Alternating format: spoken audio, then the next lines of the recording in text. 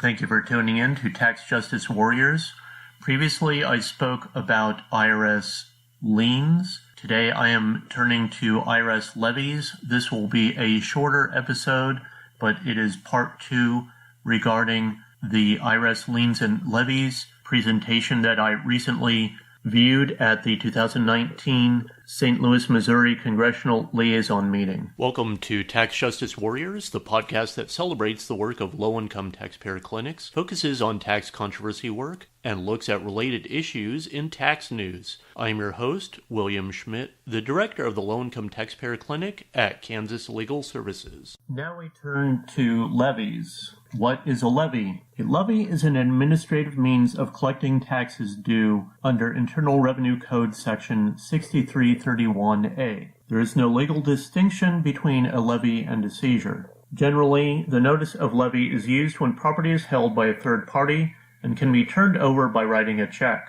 Seizure and sale procedures are used when property is held by the taxpayer or held by a third party and property cannot be turned over by writing a check. Issuing the levy. The IRS can only issue a levy if these conditions are met. The assessment is made, a notice and demand for payment. The second condition, neglect or refusal to pay. And the third condition, final notice of intent to levy, a notice of your rights to a hearing are issued at least 30 days prior. The pre-levy notice requirements. The IRS is required to issue the following notices for every tax year/module prior to issuing a levy. 1. Notice and demand as required by Internal Revenue Code Section 6303A, included in their IMF CP 501. Number 2, final notice of intent to levy as required by Internal Revenue Code Section 6331D. Under IMF, it states CP 504 and letter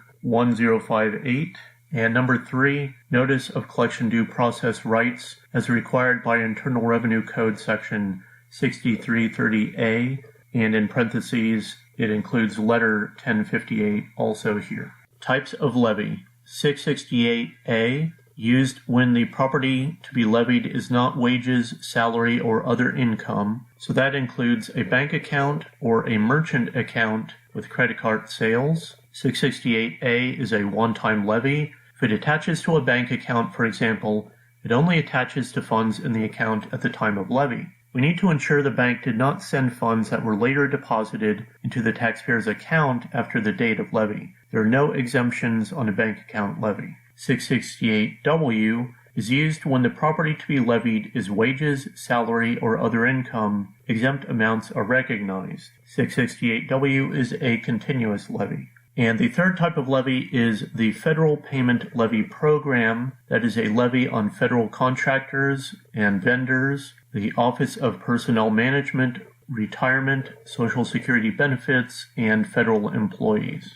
The effect on the taxpayer. The levy can create an economic hardship for the taxpayer. There is a potential negative impact on the taxpayer with their employer, their customer or business partner, financial institution, or creditors, and the levy can have a long-term impact. Retirement account levy. So breaking that down, imagine if someone took all the money out of your bank account, or you only received a few $100s in your paycheck this week. How would you pay your bills or put food on the table? The employer could look negatively on a wage levy and impact the taxpayer's standing. A customer or business partner could end a relationship with a business. A financial institution could deny future loans or call loans due to concern regarding a levy. The taxpayer could fall behind with creditors or lose important payment terms due to a levy. And retirement account levies could have an impact on the taxpayer's future well-being. The IRS should only exercise this option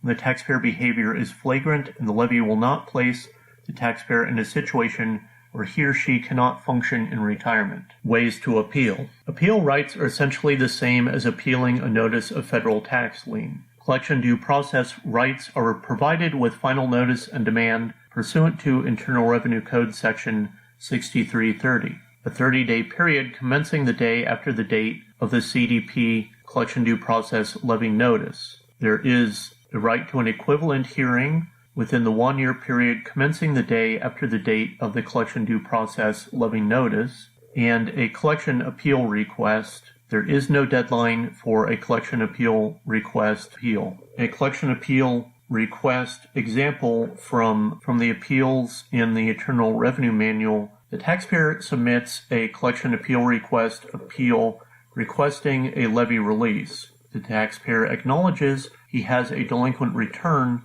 but claims the levy is creating an economic hardship. Aside from the delinquent return, the taxpayer is cooperative, having provided the requested collection information statement and supporting financial documentation to collections. Appeals reviews the financial documentation forwarded by collections and determines the levy is creating an economic hardship against the taxpayer. Considering Internal Revenue Code 6343A1D, appeals does not sustain collections, directing that the levy be released. Having considered the appropriateness of the issue under appeal, the appeals hearing officer will not consider any other case resolutions, such as collection alternatives or placing the account in currently not collectible status. When is the levy prohibited? In bankruptcy and other court proceedings, collection due process, installment agreements, offer in compromise, or request for innocent spouse relief. What to ask the taxpayer? Does the taxpayer have a copy of the lien notice or know who issued the levy? Who is levied, the individual or a business? What type of funds were levied? Bank, account, wages, Social Security, IRA, individual retirement account? Has the money been sent to the IRS? Is the bank or employer holding funds? For wages, what is the taxpayer's payday and how often are they paid? For Social Security, find out what day of the month they are paid. Have the funds been sent or not? If the funds have not been sent, the taxpayer is entitled to a collection appeal request before the proceeds are turned over. If the funds were sent to the IRS, then the taxpayer is not entitled to a collection appeal request and may make an administrative claim under Treasury Regulation 301.6343-3H, Return of Levy Proceeds. Advocacy for levy release. Economic hardship.